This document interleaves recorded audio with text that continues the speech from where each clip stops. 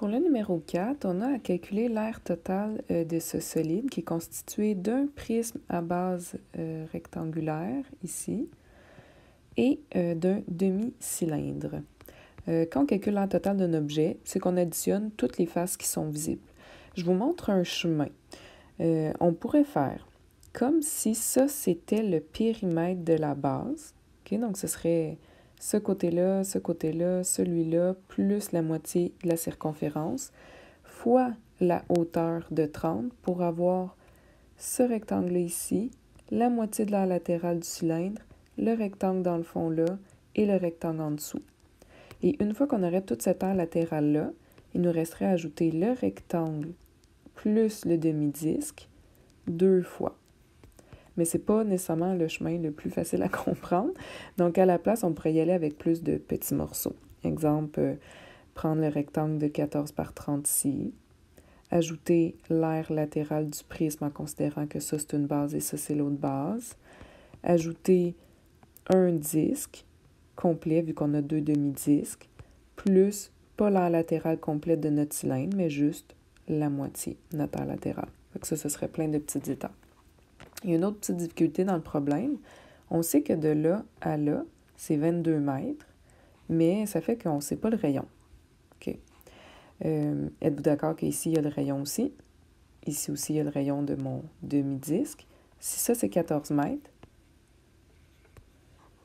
ça, c'est 14 mètres, ça veut dire que le rayon est juste de 7 mètres. Ce qui fait que, entre autres, la mesure de ça ici, c'est 22 mètres, moins 7 mètres de rayon. Donc, 22 moins 7, je ne peux pas croire que je viens de faire ça à la calculatrice, ça donne 15 mètres. Et donc là, on a vraiment toutes nos informations pour commencer à calculer le 15 mètres et le 7 mètres de rayon aussi, qui est intéressant. Je commencerai avec le rectangle à la base. Donc, premièrement, l'aire, on pourrait dire, du rectangle en bas. On va y aller comme ça.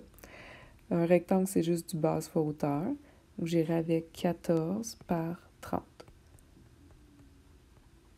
OK, 14 fois 30, qui nous donne un beau 420 mètres carrés.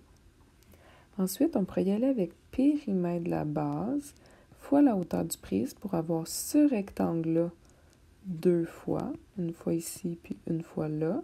Oups, ça, c'est pas très bien déplacé. On va faire un peu de ménage. Donc, ce rectangle-là ici, on l'a une fois, 2 fois. Et il y a aussi le rectangle qui est là. Une fois, 2 fois. Okay, dans le fond, c'est l'aire latérale de notre prisme, juste pour faire un petit rappel. Donc, deuxièmement, l'aire latérale du prisme. J'irai avec le périmètre de la base fois la hauteur. Le périmètre de la base, c'est 14 plus 30 plus 14 plus 30. Donc, 28 plus 60, qui nous donne 88. Fois la hauteur du prisme, qu'on a déduit ici de 15. Ça, on devrait quand même aller faire une petite étape. C'est un peu trop implicite, là, comme on a trouvé le 15 mètres. Donc, première étape, hauteur prisme égale 22 mètres moins 7 mètres qui nous donne le 15 mètres. Pas obligé de mettre les unités de mesure ici, là, du moins qu'ils soient dans la réponse finale. Et que là, on aurait 88 fois 15 pour l'aire latérale de notre prisme ici, qui nous donne 1320 mètres carrés. On va rapetisser une coupe d'affaires.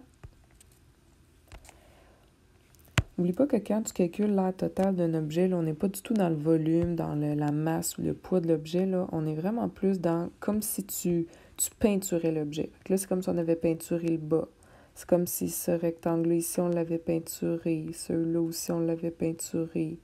Celui qui est dans le fond, là, puis celui qui est sur le côté ici. Fait qu'on avance déjà pas mal. Là, il nous resterait à s'occuper du demi-cylindre. Le rectangle ici, il n'est pas concerné. Hein, il est caché, c'est pas une face à considérer. J'irai plus avec le demi-disque ici et l'autre demi-disque là, qui fait un disque complet. L'aire du disque, ce serait pi r carré. Donc, pi fois notre rayon de 7 à la 2, qui va nous donner du 49 pi mètre carré. On fera l'approximation plus tard. Cinquièmement, mon aire latérale de cylindre, ben, je la veux juste à moitié. Donc, l'aire latérale du demi-cylindre, c'est du 2pi RH, mais divisé en 2, ça va juste donner du pi RH. Donc, pi fois le rayon de 7 fois la hauteur de mon cylindre, qui est la même longueur que mon prisme, donc de 30. Ça nous donne du 210 pi mètres carrés. Sixièmement, l'aire totale de notre solide.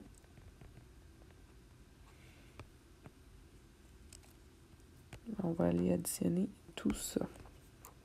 Donc, on va aller chercher notre rectangle en bas, qui est cette étape-là, plus l'aire latérale du prisme qu'on avait ici, plus l'aire du disque qu'on a là, plus l'aire latérale du demi-cylindre. Je sais pas si ça va rentrer, non.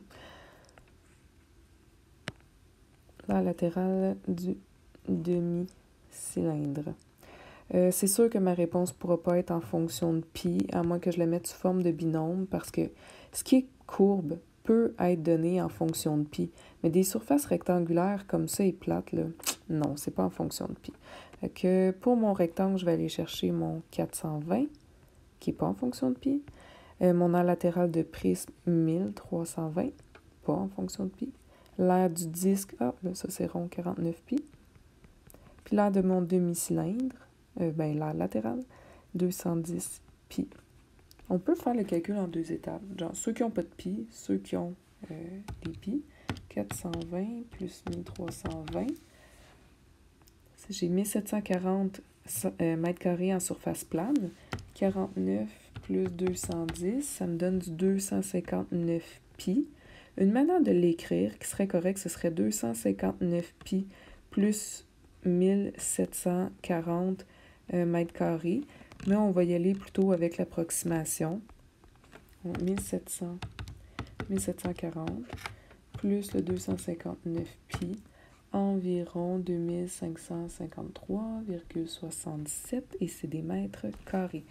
Je vous rappelle que là-dedans, il y a tellement d'autres chemins que vous auriez pu prendre.